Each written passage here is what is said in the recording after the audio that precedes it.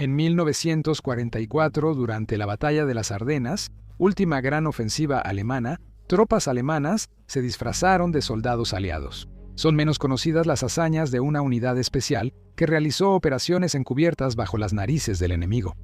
Como parte de la Abwehr, el servicio de inteligencia alemán, esta élite se infiltró tras líneas enemigas para asegurar o sabotear ubicaciones estratégicas, listos para el Blitzkrieg que inevitablemente seguiría. Centrales en la invasión tanto de Europa occidental como de Rusia, los brandeburgueses fueron los guerreros secretos de Alemania. Bienvenidos a Guerras del Mundo. Durante la Primera Guerra Mundial, el general Paul von Lettow-Vorbeck comandó las fuerzas en la campaña de África Oriental en el ejército imperial alemán. Lettow-Vorbeck aprovechó la guerra de guerrillas contra las tropas aliadas. Y de manera similar, Thomas Edward Lawrence también utilizó las mismas tácticas contra los turcos en Arabia, con gran éxito. En septiembre de 1939, durante la campaña de Polonia, el Oberkommando der Wehrmacht u Oberkommander der Wehrmacht, o Alto Mando de las Fuerzas Armadas, formó el batallón Ebbinghaus de habla polaca. Durante las primeras acciones en la frontera, los hombres fueron enviados vestidos de civil en misiones no estándar. Esencialmente, debían entrar en territorio enemigo y asegurar puntos estratégicos como caminos y puentes para acelerar el avance alemán. Y, en general, causar desorden entre las filas enemigas o destruir la infraestructura y obstaculizar al enemigo. Bajo el mando del teniente Hans Albrecht Herzner, el grupo fue enviado a Quote. La estación Mosti debía ser tomada volando el túnel bajo el paso de Jablunkov y destruyendo el aparato de detonación ubicado allí. Después de eso, ocupar el túnel y retirar la carga explosiva. Fin de la cita. Los Ebbinghauser cruzaron la frontera con éxito el 26 de agosto de 1939 y capturaron la estación de tren en Mosti. Herzner no lo sabía porque estaba incomunicado con la Abwehr y Hitler había pospuesto la invasión. Todas las demás unidades de comando estaban al tanto de la orden, excepto la suya. No fue sino hasta la mañana siguiente que Herzner finalmente fue informado de la situación y se le ordenó regresar. Después de liberar a sus prisioneros polacos, una vez que la verdadera invasión de Polonia comenzó, los Ebbinghauser tuvieron gran éxito, volando puentes y vías, dañando estaciones de tren y cruces ferroviarios y viales importantes, además de asegurar otros objetivos clave. Sin embargo, la unidad también fue responsable de varias atrocidades, incluyendo la tortura de prisioneros y ejecuciones masivas. Tras un mes, la lucha polaca terminó, con Alemania y la Unión Soviética anexando y dividiendo el país. Aunque tuvo éxitos estratégicos, el batallón Ebbinghaus sufrió tantas bajas y causó tantas muertes de civiles que sus métodos fueron considerados demasiado extremos por el alto mando prusiano, y la unidad fue disuelta.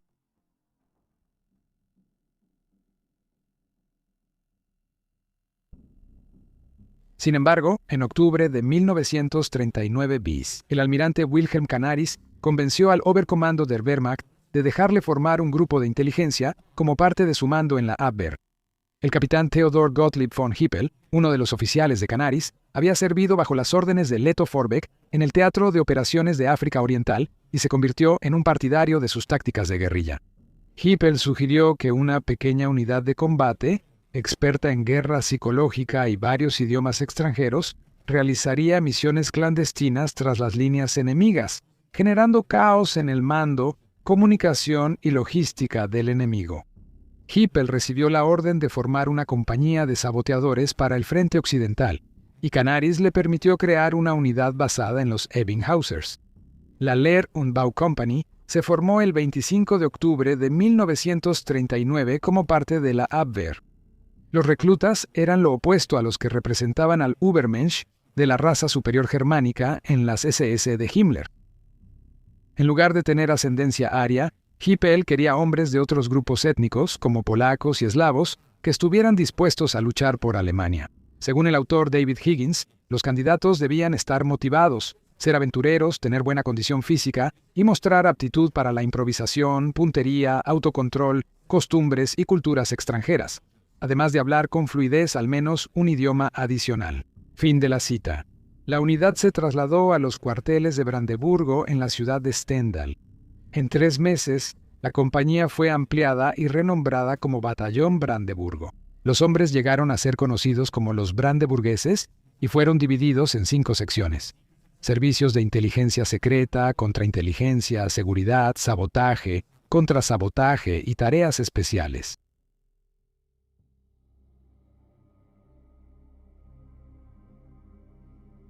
Para infiltrarse con éxito, los brandeburgueses usaban uniformes enemigos sobre sus uniformes militares alemanes estándar. Así, si los capturaban y descubrían su disfraz, esperaban ser tratados como prisioneros de guerra y no ejecutados como espías. Sin embargo, cada miembro del batallón debía ser voluntario, pues si los atrapaban en operaciones encubiertas, probablemente serían ejecutados. Los uniformes enemigos se obtenían por cualquier medio, como de soviéticos capturados en la Guerra de Invierno de 1939-1940 o comprando uniformes holandeses de segunda mano. A veces, los Brandenburgers se disfrazaban con un semicamuflaje Halbtarnung, como un casco y un abrigo militar. En otras ocasiones, cuando se necesitaba un engaño más profundo, los hombres usaban un camuflaje completo Wahltarnung, es decir, todo el uniforme militar del enemigo.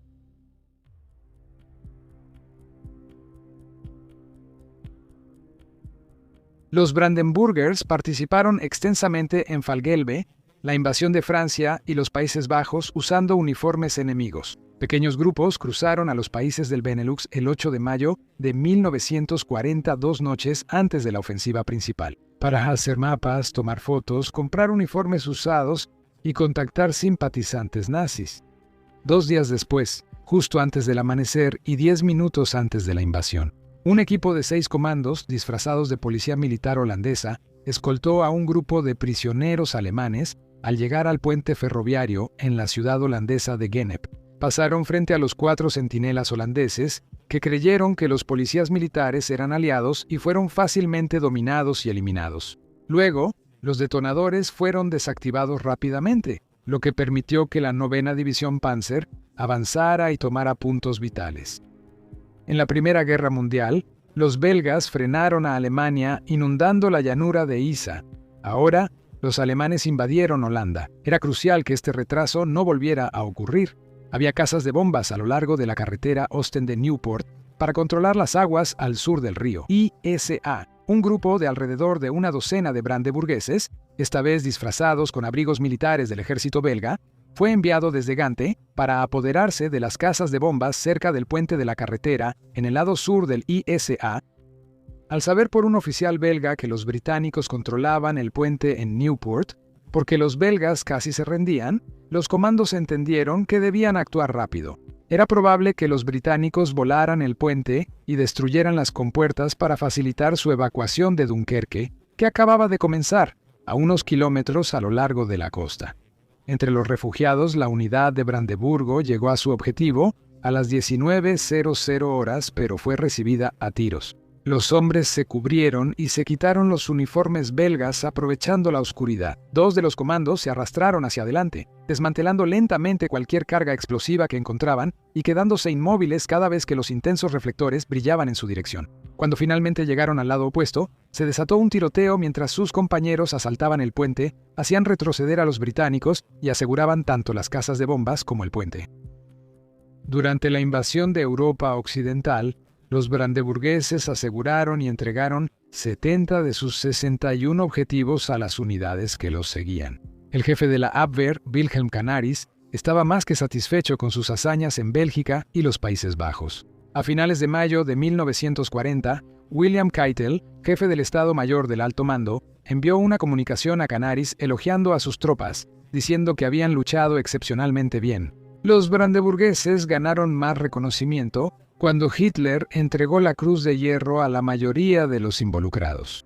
Uno de los hombres de Hippel incluso recibió la Cruz de Caballero, uno de los más altos galardones para las fuerzas militares y paramilitares nazis durante la Segunda Guerra Mundial.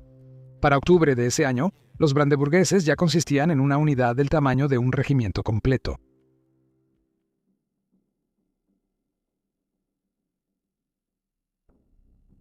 En junio de 1941, creyendo segura Europa Occidental, Hitler inició la Operación Barbarroja. Él quería derrotar a Rusia de un solo golpe. El material militar soviético fue confiscado en la Guerra de Invierno. Los materiales incluían uniformes, gorras, abrigos, armas e incluso motocicletas y camiones. En el verano de 1942, todo el regimiento de Brandeburgo fue transportado a Ucrania para apoyar el avance alemán hacia Stalingrado y los campos petroleros del Cáucaso. Al igual que lo hicieron en Occidente, los brandeburgos disfrazados fueron los primeros en cruzar la frontera. Allí, contactaron a aliados ucranianos y bielorrusos que luchaban contra los ocupantes soviéticos en esa zona. Participaron en docenas de operaciones secretas para cortar cables telefónicos y telegráficos, y para capturar puentes y otros objetivos vitales, con el fin de acelerar la inminente Blitzkrieg. Vestidos con abrigos del Ejército Rojo y guiados por un comandante que hablaba ruso, los destacamentos de los Brandenburgers enfrentaban gran presión, pues los guardias fronterizos estaban muy alerta ante ataques alemanes y desconocían las contraseñas soviéticas de esa noche. También se les había ordenado no abrir fuego bajo ninguna circunstancia hasta que comenzara el asalto principal. Así que su única opción era intentar salir de cualquier situación complicada hablando o, como último recurso, huir. Los Brandenburgers pudieron adentrarse más en territorio enemigo que cualquier otra compañía alemana antes, liderados por Adrian von Volkersam y disfrazados como los odiados hombres de la comisariado del pueblo para asuntos internos. La policía secreta soviética, una unidad de 62 Brandenburgers compuesta por alemanes de los Sudetes y del Báltico, entró. Sus órdenes eran capturar y asegurar los vitales campos petroleros de Mikop. La compañía, en camiones del Ejército Rojo, cruzó las líneas soviéticas y entró en territorio enemigo con facilidad. Cuando los hombres se toparon con un gran grupo de soldados soviéticos que intentaban huir de la batalla, Volkersam los convenció de seguir luchando y los devolvió al frente. Al usar tropas rusas reales como camuflaje, los Brandenburgers se movieron libremente por las líneas soviéticas.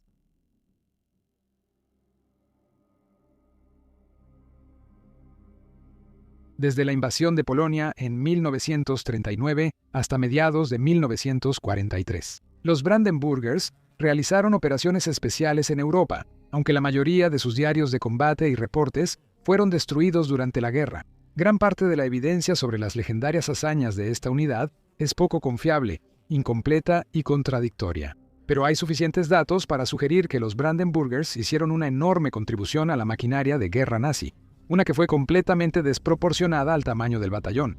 Al final, fueron las políticas de poder nazi y la rivalidad entre la Abwehr y las SS lo que acabó con los Brandenburgers. En abril de 1943, las SS crearon los grupos de cazadores de Friedenthal, pequeñas unidades dirigidas por el capitán Otto Skorzeny de las Waffen-SS. Aunque la unidad era nueva, Himmler persuadió a Hitler para que los Friedenthalers asumieran una misión importante: rescatar audazmente a Benito Mussolini de su cautiverio en el Gran Sasso.